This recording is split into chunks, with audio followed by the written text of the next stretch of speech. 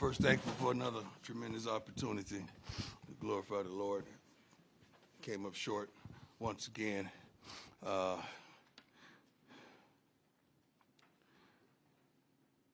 This is hard. This is hard. The reason it's so hard is because you know you're capable of doing better, playing better, performing better, calling better games, coaching better on my behalf. And you are coming up short when you have enough to get the job done. And it's painful. It hurts myself, the team, all the coaches, the fans, some of you as well that actually care. They played a valiant game. I love their coach. I love what he stands for. I love what he's about. I love the way he's resurrected that entire program. But our kids fought hard. They really did. And I love the fact that they didn't have any quit in them, that they rallied at the end and gave a heck of an effort. We just wish that we could do that in the midst of the game, the first, second, third, and fourth quarter with consistency. And we haven't found that level of consistency as of yet. And that's what's truly disheartening.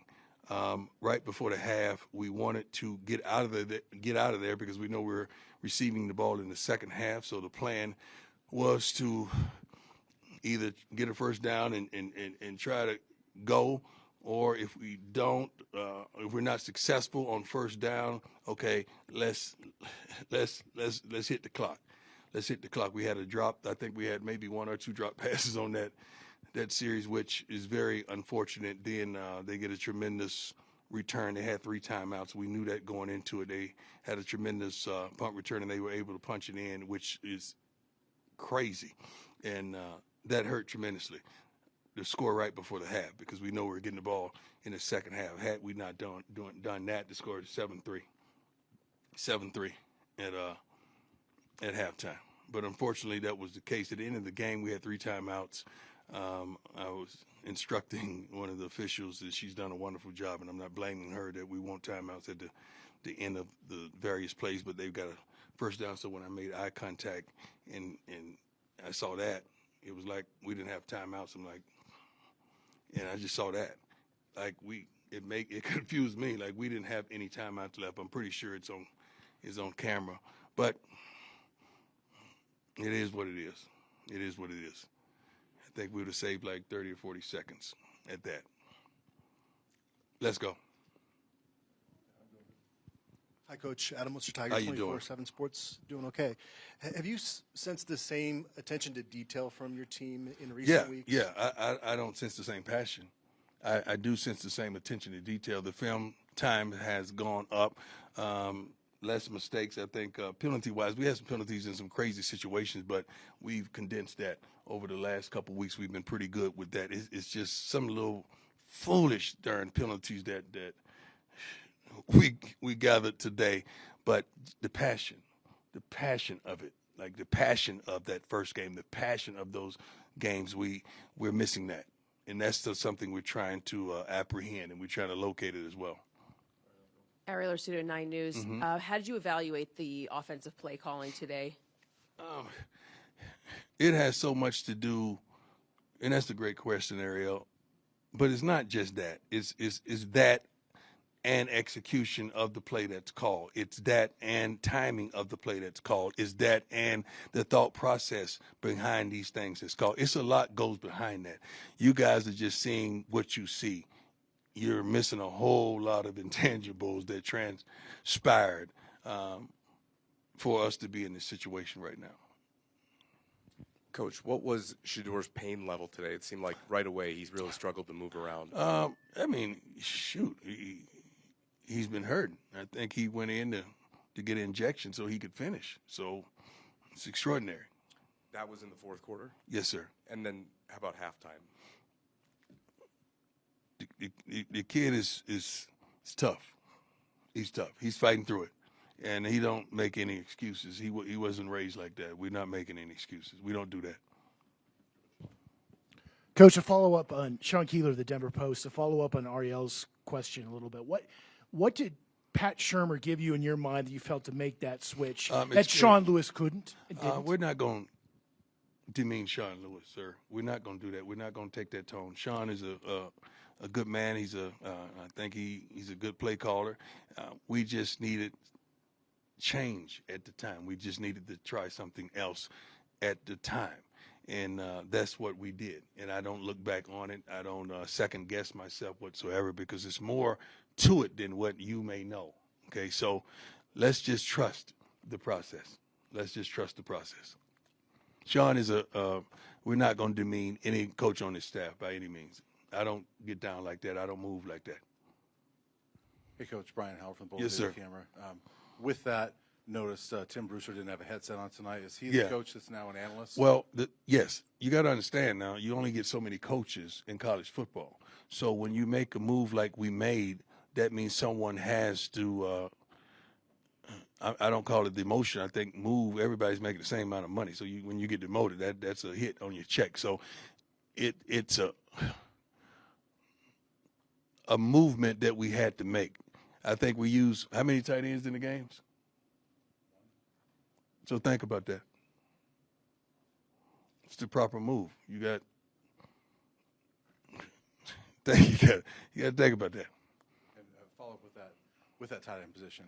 Notice Caleb Fourier has not been around the last couple of weeks. Is he still with this program?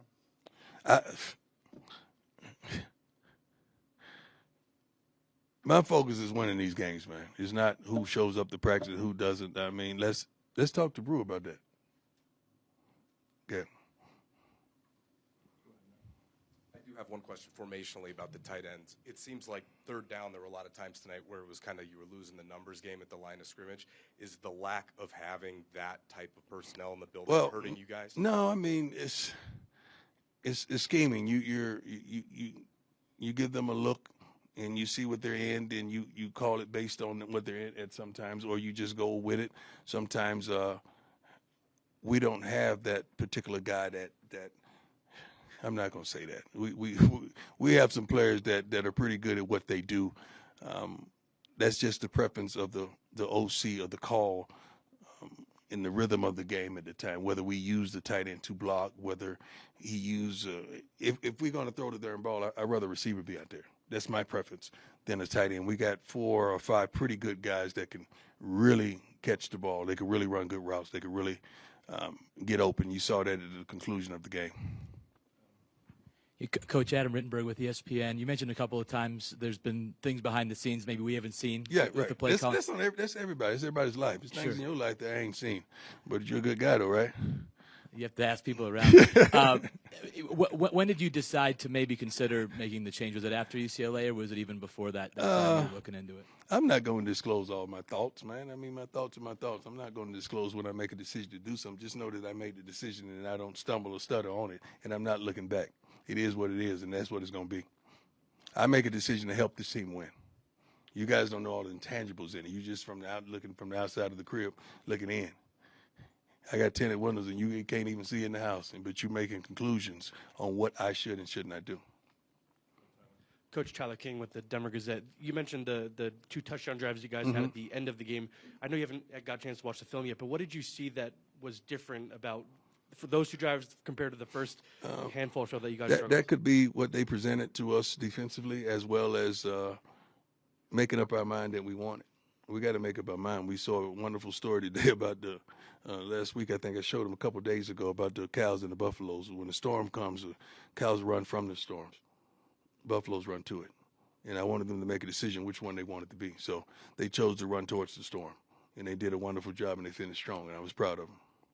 We saw Sheduer throw the ball deep a little bit more maybe than usual today. Is he just trying to take more chances down the field? Obviously, we saw Travis make that play late in the game. It's not about taking chances. It's about taking what they give you. Like if they give us a one-on-one situation, we're going to bet on our receivers. That we have pretty good receivers. Either they're going to come up with the catch, or we're going to get a pass interference, and that's something that we did today. When they give us the looks, we're going to try our best to take advantage of what's out there. Jimmy Sierfox, 24/7 Sports. Pretty big recruiting weekend. Did you get a chance to interact with some of them? Yeah, I think I met with every recruit that came on official. Yeah, I met them earlier today.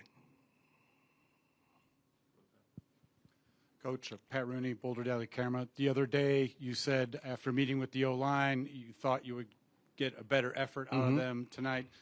Might be hard to judge without watching the film. Right. Did you feel like you got that? Well, I know we got it in the end. I know we started off, a little lackadaisical, but I think we got it in the end. I always look at the statistics. I think we surrendered 4 sacks. I think that's better than last week, right? So you got to measure it by that. Our quarterback's still hurting a little bit, but he was hurting coming in the game. We can't put all of that on the line. But those guys, just looking them in the eyes, and they gave a better effort, a tremendously better effort, and I'm proud of them.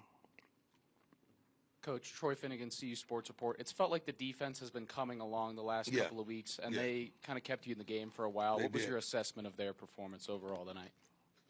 The thing about defense that's different from offense, when you're listening to the calls, you know what's supposed to happen. You know who's supposed to be where, who's supposed to do this, who's supposed to do that. And Coach Kelly's done a tremendous job. I mean, he really has, because I know he makes a certain call, but if a certain guy don't do what he is asking him to do, that's very problematic, and we surrender points. He called a good game tonight. We had some situations that we didn't do what was expected, but the guys rallied back, and we still was able to provoke, I think, 3 or 4 turnovers. I didn't see that statistic, but those guys are coming along well, and I'm proud. I'm truly proud of them. But it's always one play here and there that causes you to sit in this seat and have this mood that I have right now. Theme this season has definitely been consistency, getting a full 60 together. Right. This week, it was the second half. Can you kind of bring us into the locker room a little bit, and what was the message that really just kind of got everybody a little bit more motivated to come out of the second half and put that together? You got to make up your mind. Right now, what you want to be known as, what you want to be. We got some guys say they want to be pros. Well, we got to act like it. We got some guys say they want to take care of their parents for the rest of their lives. Well, they got to act like it. We got some guys that say they love this game. Well, I got to see it. We got some coaches say the same thing, and I want to see it, as well as myself. So I'm very critical of myself first and foremost.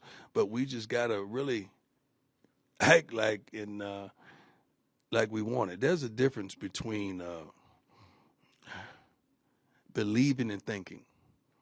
You could think you're going to win all day long, but when you believe it, that has to be partnered with action. Belief comes with action, faith without works is dead. That's what my book tells me. So you got to have, it's okay to have that faith that you believe, but I got to see the action behind it. And that's what we challenge the young men to come out in the second half and show us the action of the belief, not just sit up there and say, oh, we going to win. That's easy to say, but we need to see the action behind it. And that starts not just on the field. That's watching film, that's preparing, that's taking care of your body, getting the proper sleep, and just doing what we ask of you to do, so we could win again.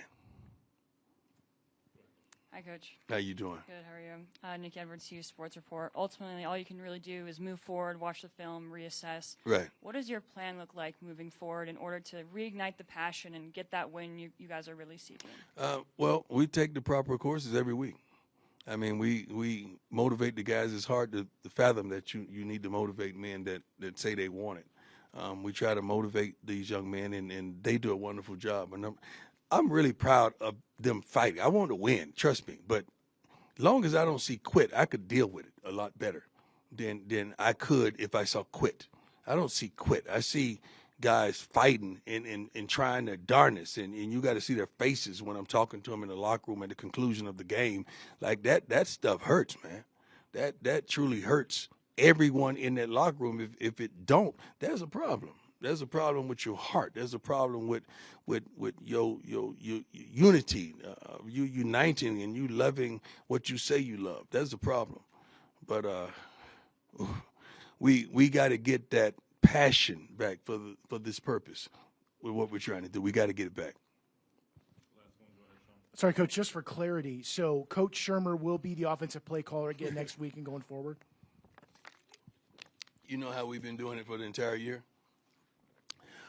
When we're in the big meeting room and we sit down, I'm right here. I think Coach Kelly, Coach Ray Facette, Dennis Thurman, Coach Sherman, then the OC and the DC. The defense sits on that side of the table. So those guys right there, Dennis Thurman and Coach Sherman, they've had a tremendous influence on suggesting things this entire season. That has not changed. Now you just have a tremendous influence on not just suggesting, but calling it. So these things are not changing. It's still a group effort. It's not one guy doing good or one guy doing bad. This is a team effort the last time I checked. So we're going to consistently do what we think is the best for us to win. And I think both of those guys are really talented men, and both of them can contribute tremendously. You're looking at two different guys with two different references of experiences, and that's wonderful when you have a guy that's been dominant in college like a Coach Kelly defensively, then a Dennis Thurman as well. So when you have a guy that has gleaned almost 30 years or 20-some years from the pros, as well as another guy that's been in college, that's a phenomenal look, because like last week we played against a pro guy, right?